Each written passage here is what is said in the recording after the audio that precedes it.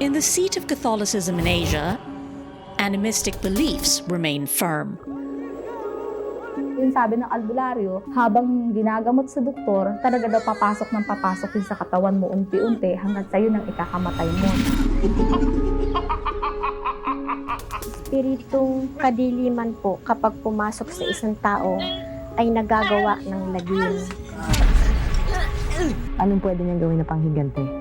Maraming klase. Kahit saan kong gagawin, aking ipasok sa kalanasay o ipasok sa kaldero. But why do folk practices endure?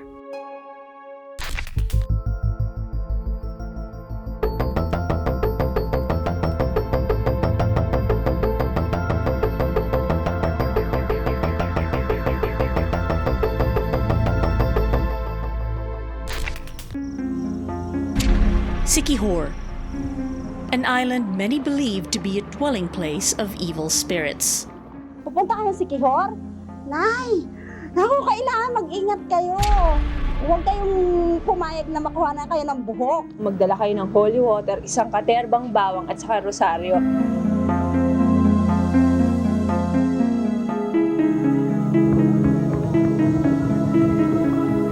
Mang Sotero is one of Siquijor's folk healers.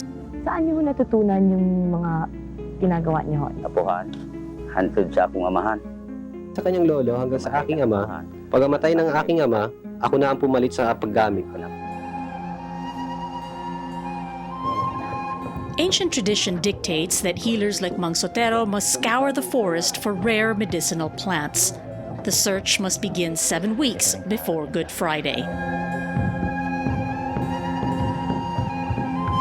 These plants are turned into a special concoction, which includes candle wax from Catholic churches.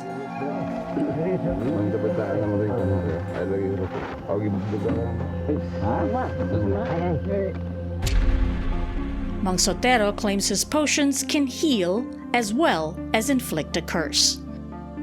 Sa'yo naman na pag unyara na ito ba? Pwede kong gawin, basta talagang klaro na may ginawang masama. Pero kung hindi masama, sasabihin kong hindi ko gagawin. Pag masama ay gaganti mo, di ba masama rin? Hindi gaganti sa maganda dahil masama. Anong pwede niyang gawin na panghigante? Bisag-asan ako na buhata. Maraming klase. Kahit saan kong gagawin, aking ipasok sa kalanasay o ipasok sa kaldero. This curse is called barang, the local word for voodoo. Those who seek barang are usually out for revenge.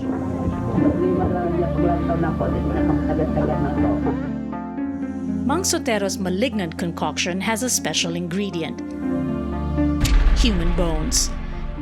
He scavenges these from a local cemetery. Strangely, Mang Sotero is a Catholic.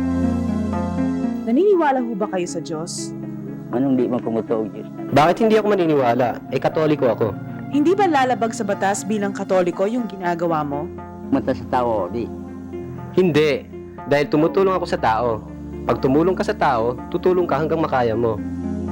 Upon the coming of the Spanish, one of the main goals of the Spanish colonizers is to convert the Indios into Catholicism.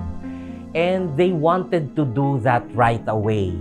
So what they did is to use indigenous beliefs and practices as well in order to, for easy conversion, so that the transition will be very smooth.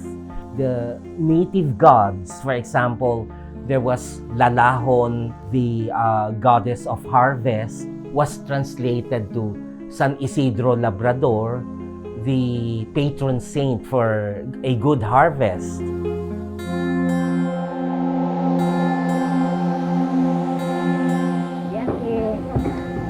But what happens when one falls victim to voodoo?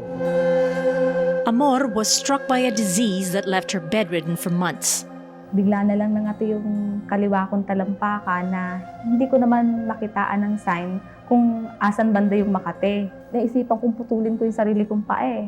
Sabi ko kung makakalakad lang ako, kukunin ko yung bulok namin, putulin ko talaga siya dahil naiinis na ako . Doctors failed to diagnose her, so her parents brought her to a manggagamot called Mama. Mama said Amor had been cursed with barang. Ito yung hahaplasin niya, lumalabas. Parang mga mapuputi siyang mga buha-buhangin. Tapos may mga buhok pa siyang nakukuha. Imposible namang Paa mo? sa paa ko mismo. Doon na pagka yung hinawakan niya, ginanyan niya, di may langis yung kamay niya, sumasama. Kaya yung sabi ng albularyo, habang ginagamot sa doktor, talaga daw papasok yun sa katawan mo unti-unti hanggang sa'yo nang ikakamatay mo. Then lalabas lang yun pagpatay ka na. Bakit maraming kinukulam? As I have told you, lumabas na ang Antikristo. Every Tuesday and Friday, people flock to Mama's house for her healing sessions. There is a certain kind of prayer na kapag inusal ko ito at tinignan ko ang daliri ng isang tao, kapag ito ay hindi pantay ang kalingkingan, ay nangangahulugang hindi sakit na ordinaryo ang kanyang sakit. Bago ko humawak sa isang tao, ang unang itinatanong ko, nanggaling ka na ba sa doktor? Ano ang sabi ng doktor sa iyo? Kapag natapos na ang tungkulin ng mga doktor at natapos na ang tungkulin ng hospital at hindi na sila kaya at talagang tumatakbo ang isang tao sa akin ng pangangailangan, then that's the time na ginagampanan ko lamang ang aking tungkulin. But for Mama, the biggest challenge is demonic possession. She claims to have healed a number of patients through exorcism. Today, her patient is Catherine.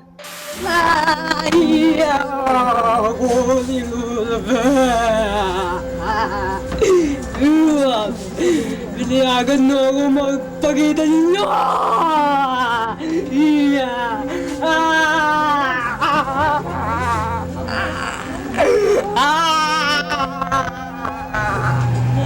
Alimapalat ko dahil nandito ka sa bahay naman!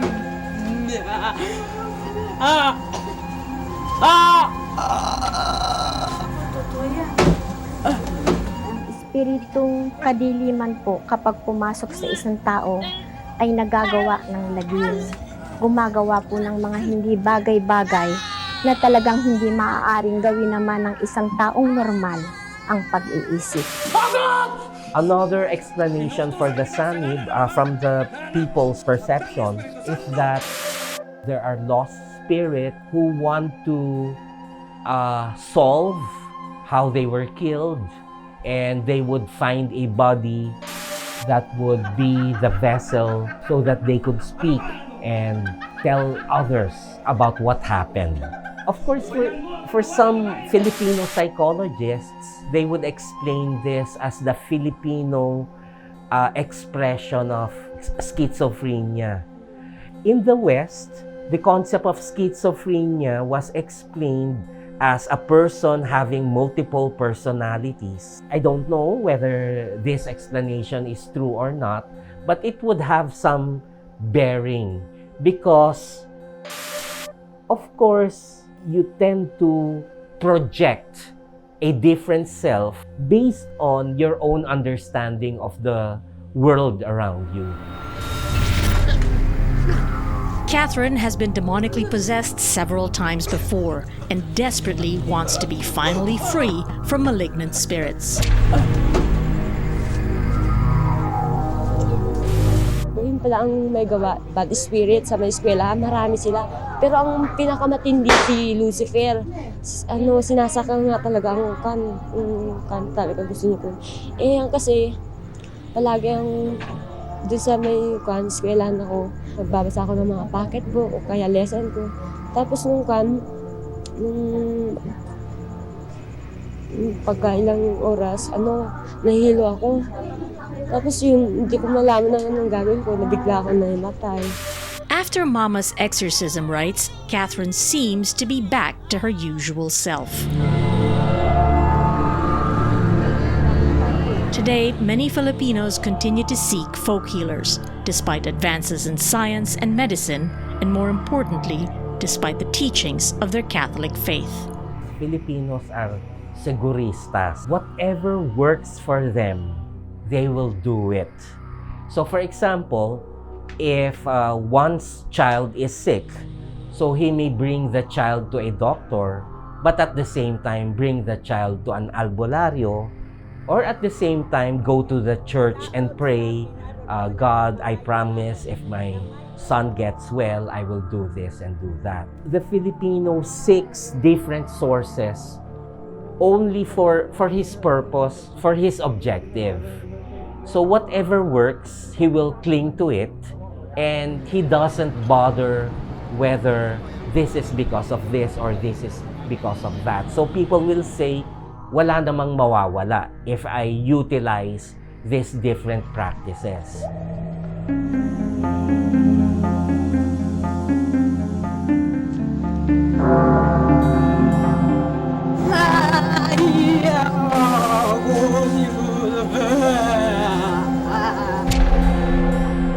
As folk beliefs are passed down from one generation to another, Masamang espiritu! Lumayas ka sa katawan ng babae ito! it becomes harder to refute practices that stand the test of time.